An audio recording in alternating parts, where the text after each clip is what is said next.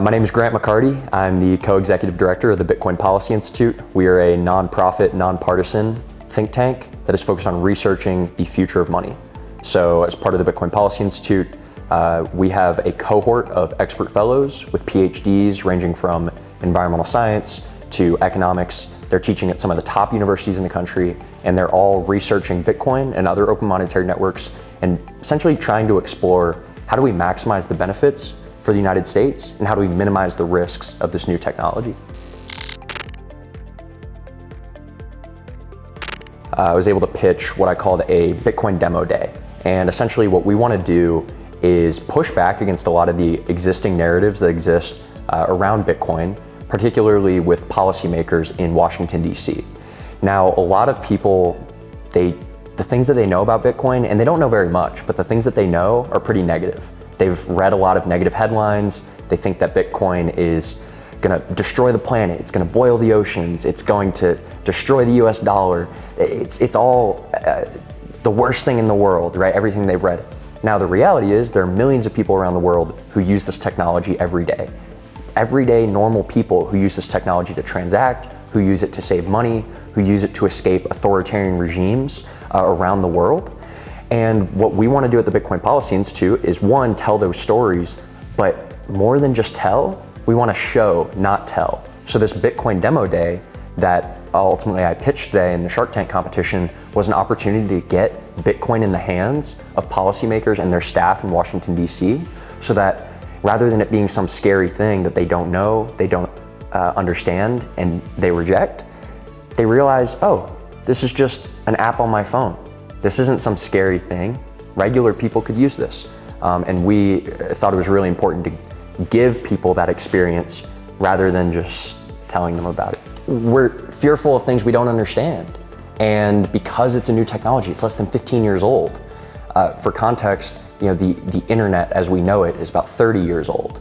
Now, 15 years into the internet, very similar conversations were being had. Are only criminals are gonna use this type of thing, or is it really good that all this information is out there, or is it good that the US can't control it? It's a lot of the same things that we saw with the early days of the internet.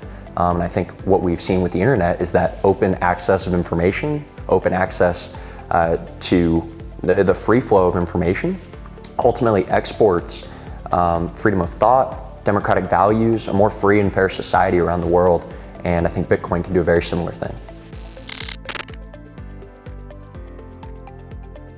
It was an incredible experience. Everybody that I worked with, every single one of them and their projects are incredible. And I'm not just saying that, I'm sure there's an expectation of, oh, he's just saying that. No, genuinely, these people are working on some truly amazing things, and I'll be working with them as part of the Bitcoin Policy Institute on projects outside of this. So this is the beginning of actually some amazing collaboration. I've really enjoyed my time with every single person who was involved in these projects here. I enjoyed getting feedback from people all throughout the day. The project that I came in with this morning, ready to pitch, ended up being vastly different than the project I ended up pitching. So the feedback that I got today, both from the other contestants and the brain trust that we had, was instrumental in my success. And I'm just incredibly grateful for this opportunity. And that money is going to go to a good place.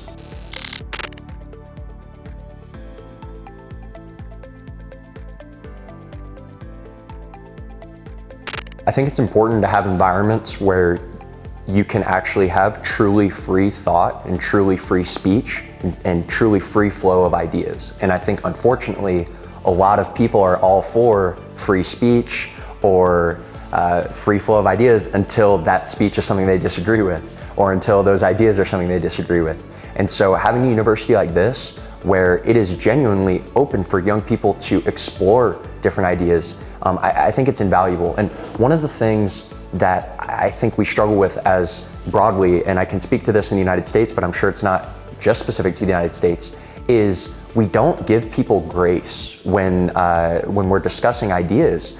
We hold them to every single word that they say out loud. We're taking a video of them, like you're taking a video of me now, and if I mess up, if I slip up, people feel like that's gonna follow them forever. So rather than exploring ideas and vocalizing those ideas and thinking out loud, people end up repressing those ideas. And I think that's more harmful to leave those ideas inside, because if it truly is a bad idea, Nobody gets to tell them because they were too scared. They were too scared to say it.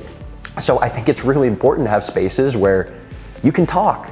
And if it's a bad idea, people will say, that's a bad idea. I hate that idea. But they're not gonna say, you can't share that idea. And I think that delineation, I think having a space where that is genuinely accepted and acceptable, and not just that, but encouraged, again, I think that's invaluable.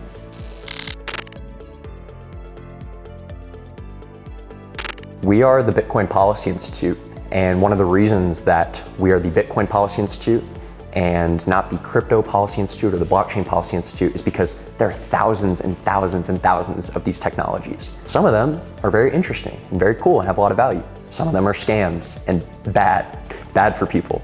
And a lot of them are somewhere in between. Bitcoin is a very cool, interesting technology that is ultimately important for freedom and human rights because it is fully decentralized. No one person or company or entity or CEO controls it. There's no Bitcoin CEO that can change the number of Bitcoin on the network, that can say, you can't use this Bitcoin.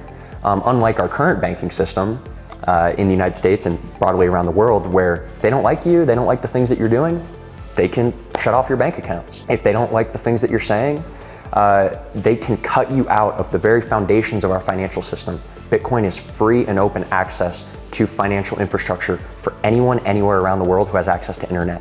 Now, if you don't see the potential in that, then I think you just gotta talk to the billions of people around the world who don't have access to free and fair banking, who live under authoritarian regimes, and people who just really don't have the freedoms that this technology actually allows you to live day in and day out.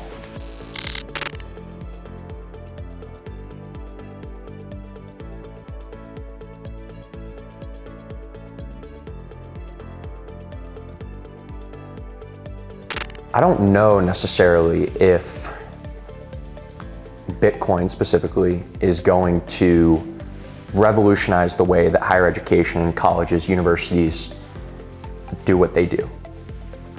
What I can say is the flourishing of this technology, the acceptance of this technology, the continued use of this technology ultimately spreads ideals and ideas that we want to emulate in all other aspects of life.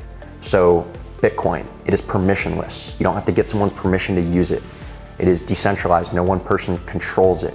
You use these types of principles, and we as a society or students realize, hey, I think these principles are good. I think it's good that nobody can just take this away from me overnight. I think it's good that no one person is making decisions on my behalf that isn't representing me.